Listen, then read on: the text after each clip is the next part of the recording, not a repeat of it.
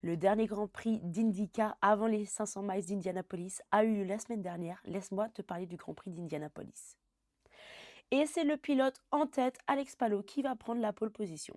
Alors que le départ de la course vient d'être lancé, Rinus VeeKay va se faire toucher par derrière et va voir sa voiture endommagée. Au même moment, alors que la tête de course est en train de passer le T1, c'est Félix Rosenqvist qui va se retrouver avec un lock-up et va toucher Pato O'Ward. Les deux vont spin. Malheureusement, Kyle Kola et Scott Dixon, qui se retrouvaient un peu plus loin derrière, vont se retrouver coincés et même toucher Félix Rosenqvist. Cet accident va entraîner une full course yellow. La course va reprendre au tour numéro 6 et Jackie Crude va faire un bon départ et réussir à accéder à la P3. Suite au crash du premier tour, Félix Rosenqvist va se retrouver à avoir un drive-through.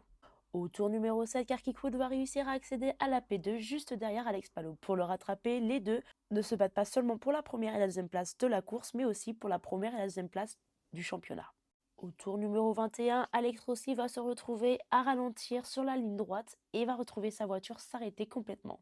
Malheureusement, la direction de course va sortir seulement un drapeau jaune au lieu de sortir une full yellow safety car. Ce move a été très dangereux vu que Rossi était arrêté en pleine ligne droite et que les voitures arrivaient très rapidement.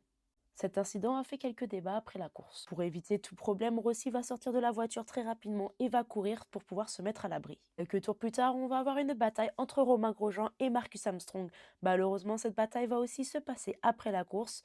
Alors que les deux pilotes discutaient, l'équipe de Marcus Armstrong va décider de se joindre à la conversation. Heureusement, rien ne s'est passé entre les deux pilotes et les deux pilotes sont repartis dans leur garage respectif.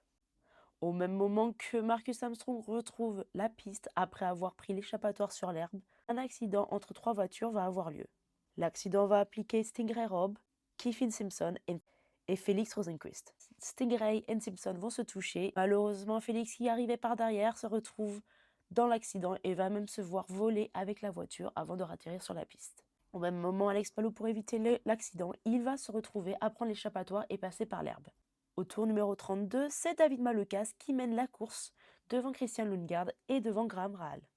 Au tour numéro 40, alors que Kakehood est dans les pits et même devant Alex Palou, celui-ci va se retrouver avec un problème. Et oui, l'équipe Andretti ne va pas réussir à accrocher le pneu correctement. Cet accident va faire que Kalkerwood va devoir rester dans les pits un peu plus longtemps et malheureusement, Alex Palou va réussir à passer devant. C'est aussi pas la première fois qu'il y a des soucis pour l'équipe Andretti dans les pits.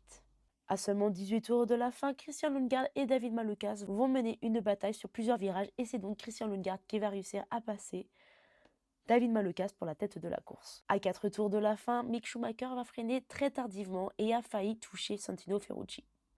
Seulement quelques virages plus tard, Mick va toucher le derrière de la voiture de Santino Ferrucci et va le faire spin. Pour cela, Mick aura une pénalité.